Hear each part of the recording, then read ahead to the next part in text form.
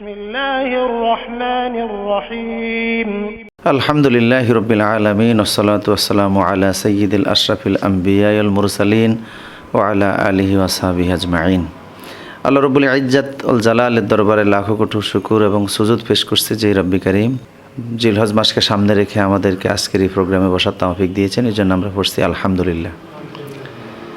আমাদের জিলহজ মাস অত্যন্ত মর্যাদা, সম্মান এবং অনেকগুলি বৈশিষ্ট্য আর ইতিহাস নিয়ে আগমন করেছে। মূলত এই মাসের সাথে অনেকগুলি বিষয় জড়িত। প্রথম হচ্ছে কোরবানির ইতিহাস এর সাথে জড়িত। আমরা যদি আজকের আলোচনা শুরুতেই কোরবানির বিষয়টাকে নিয়ে আসি, তা হচ্ছে এই যে কোরবানি এটা নতুন কিছু নয়, এটা সেই সৃষ্টির শুরু থেকে আল্লাহ পাক এর বিধান করে দিয়েছেন। তবে বর্তমান যে কোরবানির পদ্ধতি আর পূর্বে যে কোরবানির পদ্ধতি, উভয়টার মধ্যে কিছু পার্থক্য আছে। বর্তমানে আল্লাহ পাক কোরবানির বিধান করে দিয়েছেন যে কোরবানির পশুর গোশত, এর হাড্ডি যেটা খাওয়ার যোগ্য সবই খাওয়া যায়, শুধু চামড়া যেটা গরিবদেরকে দান করে দিতে হয়। আর গোশত বন্টন নীতিমালা কিছু সুন্নত তরিকা আছে, মূলত সবটাই নিজের উপভোগ্য বিষয়। চামড়ার অংশটাও যদি গরিবদেরকে দিয়ে দেওয়া হয়, নিজের নিকট আত্মীয়দেরকে দিয়ে দেওয়া হয়, সেটাও তো কেউ না কেউ উপকৃত হলো। কিন্তু পূর্বেকার জামানা যেটা সৃষ্টির শুরু থেকে যে কোরবানির ব্যবস্থা আল্লাহ পাক করেছেন, সেটা ছিল এই যে পুরা কোরবানির বস্তুটাকেই, যার কোরবানি কবুল হবে, আকাশ থেকে আগুন এসে তার ওই কোরবানির পশুটাকে জ্বালিয়ে দিত। এটা ছিল কোরবানির বিধান। সবাই যার যার কোরবানির বস্তু আল্লাহর সামনে পেশ করত, যার যা বিভিন্ন জায়গায় রেখে দিত। আসমান থেকে আগুন এসে যার কোরবানির পশুটাকে জ্বালিয়ে দিত, ধরা হতো যে তার কোরবানিটাই কবুল হয়েছে। এই মর্মে আদম আলাইহিস সালামের ছেলে হাবিল এবং কাবিল, আমরা জানি যে আদম আলাইহিস সালাম পৃথিবীর প্রথম মানব, তার মধ্য দিয়ে আল্লাহ পাক এই পৃথিবীর উদ্বোধন করেছেন। তাকে বর্তমান শ্রীলঙ্কার সিংহল পাহাড় যেটাকে বলা হয়, মাউন্ট অফ আদম, যেখানে আল্লাহ পাক তাকে রেখেছেন, তার পায়ের চিহ্ন কোনো কোনো ঐতিহাসিক বলেন যে এটা প্রমাণ করে যে তিনি সেখানে তাকে রাখা হয়েছে। আর হযরত হাওয়া আলাইহিস সালাম, যাকে আল্লাহ পাক জেদ্দা রেখেছিলেন, এই জন্য জাদ্দাতুন শব্দের অর্থ হচ্ছে দাদি, যেহেতু পৃথিবীর মানুষের আদিমাতা হযরত হাওয়া আলাইহিস সালামকে আল্লাহ পাক জেদ্দায় রেখেছিলেন।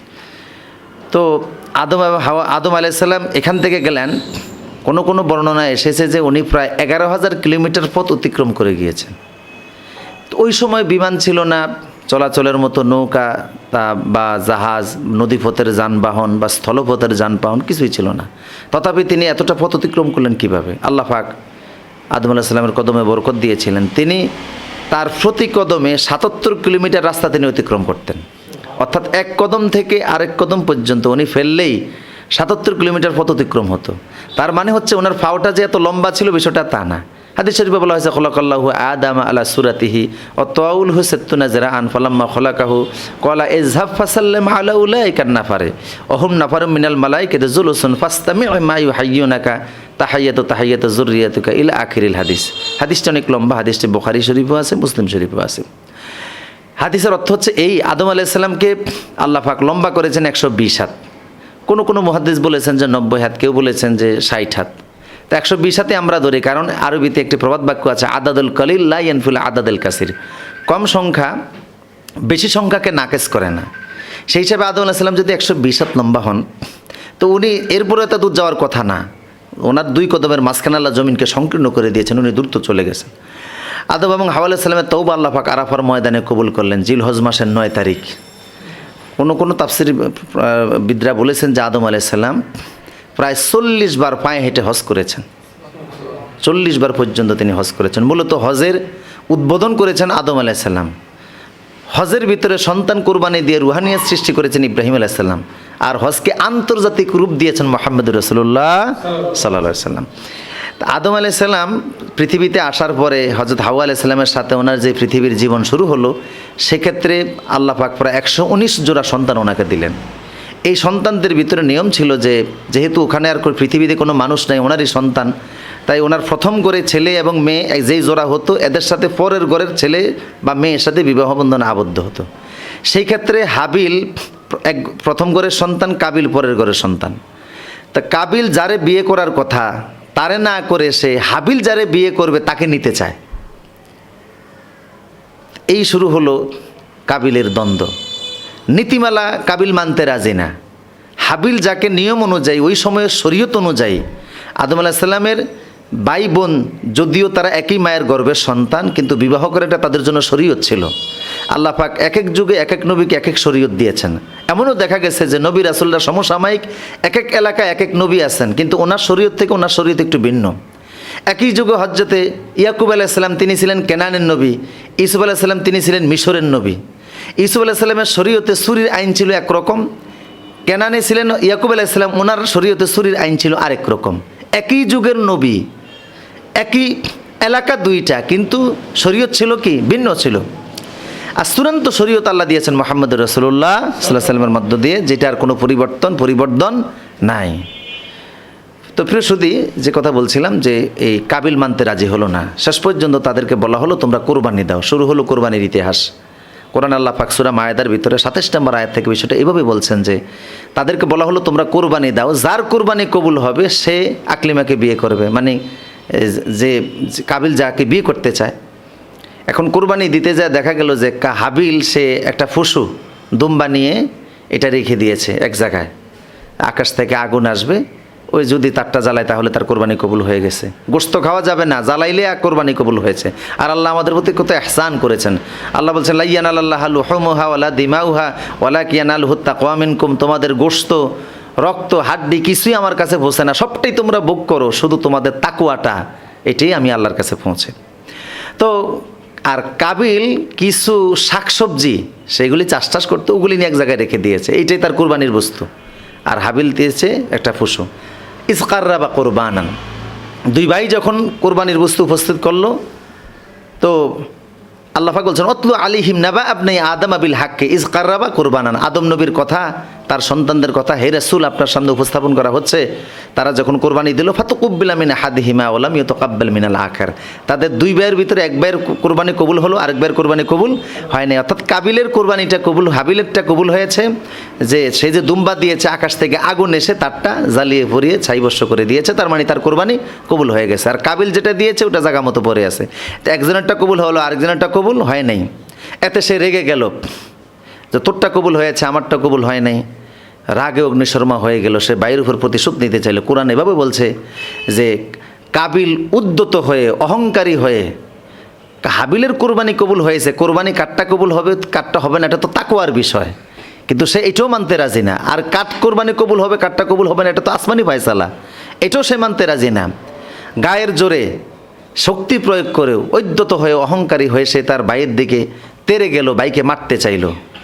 এক পর্যায়ে ভাইয়ের প্রতি যখন সে আক্রমণ করতে যাবে তখন হাবিল খুব শান্ত কণ্ঠ বলল লাইম বাসাত্তা ইলাইয়া ইয়াদাকা লিতাকতুলানি মা আনা বিবাসিতি ইয়াদিয়া ইলাইকা লিআকতুলাকা, ভাই তুমি যদি তোমার হস্তকে আমার দিকে প্রসারিত করো আমাকে হত্যা করার জন্য, আমি কিন্তু আমার হাত তোমার দিকে প্রসারিত করব না তোমাকে হত্যা করার জন্য, কারণ হত্যা একটা মহাপাপ, কঠিন পাপ। ইন্নী আখাফুল্লাহ রাব্বাল আলামিন, আমি আসমানের মালিক আল্লাহকে ভয় করি, গোটা বিশ্বের মালিক কাকে ভয় করি? আল্লাহ সুবহানাহু ওয়া তাআলাকে আমি ভয় করি। ইন্নী উরিদু আন তাবুয়া বিইসমি ওয়া ইসমুক, তুমি যদি আমাকে মারোই তাহলে আমার পাপের বোঝা তোমার পাপের বোঝা উভয়টাই তুমি বহন করবে। এই কথা বললেন, তার ভাইয়ের প্রতি আহ্বান জানালেন, তাকে উপদেশ দিলেন, কিন্তু কাবিল তার উদ্যত আর অহংকারের সে কালো ছায়া এমনভাবে সে গিয়েছে, সত্য তার হৃদয়ের ভিতরে গাঁথল না, সে সত্যটা উপলব্ধি করতে পারলো না। শেষ পর্যন্ত সে তার ভাইকে হত্যাই করে ফেললো। ফাতাওয়াআত লাহু নাফসুহু কতলা আখিহি, কোরআন বলছে সে তার ভাই কাবিলের কি করে ফেললো? হত্যাই করে ফেললো। এই হলো পৃথিবীর প্রথম হত্যাকাণ্ড। আল্লাহ রসুল বলছেন যে পৃথিবীতে এই থেকে কিয়ামত পর্যন্ত যত হত্যাকাণ্ড ঘটবে প্রতিটি হত্যাকাণ্ডের একটা গুনার অংশ কাবিলের আমল নামায় যাবে। লিআন্নাহু আউওয়ালা মান সান্নাল কাতলা, কারণ পৃথিবীতে সে সর্বপ্রথম হত্যাযজ্ঞ শুরু করেছে। এটা একটা মহাপাপ। তো আজকে আর এটা তো এখন এমন হয়ে গেছে যে রাসূলুল্লাহ বলছেন এমন এক সময় আসবে মানুষ নিরপরাধ মানুষকে হত্যা করা হবে, নিহত ব্যক্তি জানবো না যে কোন অপরাধে তাকে হত্যা করা হয়েছে, অথচ তাকে মেরে ফেলা হয়েছে। সে জানবেও না যে কেন তাকে মারা হয়েছে। এই যে রেণু হত্যা যেটা হলো ঢাকার বাড্ডাতে, নিজের বাচ্চার ভর্তির ইনফরমেশন তিনি জানার জন্য গেলেন স্কুলে, একদল গুজব রটনাকারী মহিলাকে কি কল্যাণে এরকম একটা কিছু দিয়ে ধাওয়া দিয়ে তাকে ধরে এনে কোনো কথাই শুনলো না, তাকে মেরে ফেললো। এটা কঠিন অপরাধ, কঠিন শাস্তি এদেরকে দেওয়া উচিত। আমরা বলি ঠিক কি না? কঠিন শাস্তির আওতায় এদেরকে আনা উচিত, যারা এই সমস্ত মিথ্যা গুজবে কান দিয়ে মানুষের জীবন নিয়ে যারা সিনেমিনি খেলে। প্রিয় সুধী, তো এই কাবিল হত্যাকাণ্ড করে ফেললে এখন ভাইয়ের লাশ সে কী করবে? এর ইতিপূর্বে কোনো দিন এইভাবে মানুষ মরে যায়, তার শ্বাস বন্ধ হয়ে যায়, নড়াচড়া বন্ধ হয়ে যায়, বডি শক্ত হয়ে যায়, দৃশ্য সে কোনো দিন দেখেও না, বুঝেও নেই। সেই শেষ পর্যন্ত সে পেরেশান হয়ে গেছে, পেরেশান হয়ে এখন সে লাশ নিয়ে ঘুরতেছে। তা আল্লাহ পাক পাবা আসাল্লাহ গোরাবাই ইয়া বাহাসফিল আরো দে লিউরিয়াহু কাইফা ইউরিসাউ আতাকি, সূরা মায়দা বলা হচ্ছে যে এমন সময় আল্লাহ পাক একটা কাক পাঠালেন। পৃথিবীর মানুষের প্রথম শিক্ষক কিন্তু কাক। কাক হচ্ছে পৃথিবীর মানুষের প্রথম শিক্ষক। কাক আসলো, দুটি কাক আসলো, একটা কাক আরেকটা কাকের উপর আক্রমণ করে মেরেই ফেললো। তো মারার পরে এখন জীবিত কাকটা নিজে ঠোকর দিয়ে মাটির ভিতরে গর্ত করলো, মাটি সরালো, গর্ত করলো, মৃত কাকটাকে ধরে এনে এই গর্তের ভিতরে ঢুকাইয়া মাটি চাপা দিয়ে দিল। তার মানে সে বুঝাইলো যে এইভাবে কেউ যদি মারা যায় তাকে কী করতে হয়? দাফন করতে হয়। কাবিল এই দৃশ্য দেখে সে নিজে খুব আফসোস করলো যে হায় হায়, ইয়া ওয়াইলাতা আ'আযাজতু আন আকুনা মিসলা হাযাল গুরাব, আমি এই কাকের চাইতেও তো অদম, যে একটা কাক তার ভাইকে মেরে ফেললো, তার স্বজাতিকে মারলো, তাকে সে দাফন করার মতো তার যোগ্যতা আছে, আর আমি আমার ভাইকে কি করলাম? সে মরে গেল, কথা বলছে না, নড়াচড়া নাই, আর আমি আমার ভাইয়ের সৎকার করার জন্য, তারে দাফন করার জন্য কিছুই করতে পারলাম না। সে পেরেশান, অস্থির হয়ে গেল। হ্যাঁ, দাফনি শব্দটা আমরা বলবো, সৎকার না বলে। তো সে বলল যে আমরা কিছুই করতে পারলাম না, নিজেকে খুব অযোগ্য মনে করলো, আফসোস করতে লাগলো। শেষ পর্যন্ত সে ওই কাকের দেখা দেখি নিজেও গর্ত করলো, গর্ত করে সেখানে তার ভাই হাবিলকে দাফন করলো। বলা হচ্ছে বর্তমান শরিয়াত জাবালে আসওয়াদের উপরে হাবিলকে দাফন করা হয়েছে। তো কাবিল এই যে কাজটা করলো, এটা সে অন্যায় কাজ করছে, এই কিয়ামত পর্যন্ত তার কবরে এর শাস্তি যাবে, সে শাস্তিযোগ্য অপরাধ করেছে। প্রিয় সুধী, কারণ হত্যা একটা কঠিন পাপ।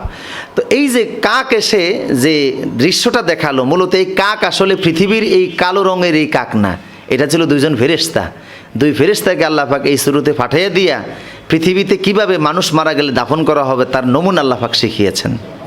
তো আমরা এর মধ্য দিয়ে জানলাম, এই বিষয়টি স্পষ্ট হলো আমাদের কাছে যে কোরবানি আসলো কোত্থেকে? মূলত আদম আলাইহিস সালামের সন্তানদের থেকেই কোরবানির নিয়ম এসেছে। প্রথম কোরবানি দিয়েছিল হাবিল, তারটা আল্লাহ কবুল করেছেন। সেই থেকে এর কিছুদিন এইভাবে চলেছে। এরপরে আল্লাহ পাক আমাদের বর্তমানে যেভাবে আমরা কোরবানি করি ওই সিস্টেম আল্লাহ চালু করে দিয়েছেন যে তোমরা কোরবানি দাও, গোশত, এর হাড্ডি, এর খাওয়ার যোগ্য যা আছে সবটাই তোমরা খাবা, এই চামড়াটা গরিবদেরকে দিয়ে দিবা, বিনিময় শুধু তোমাদের অন্তরের তাকওয়াটাই আমি আল্লাহর কাছে আসবে। তা আমাদেরকে আল্লাহ পাক সহি নিয়াইতে কোরবানি দেওয়ার তৌফিক দান করুন, আমরা বলছি আমিন। প্রচারের স্বার্থে চ্যানেলটি সাবস্ক্রাইব করে বেল আইকনে ক্লিক করুন।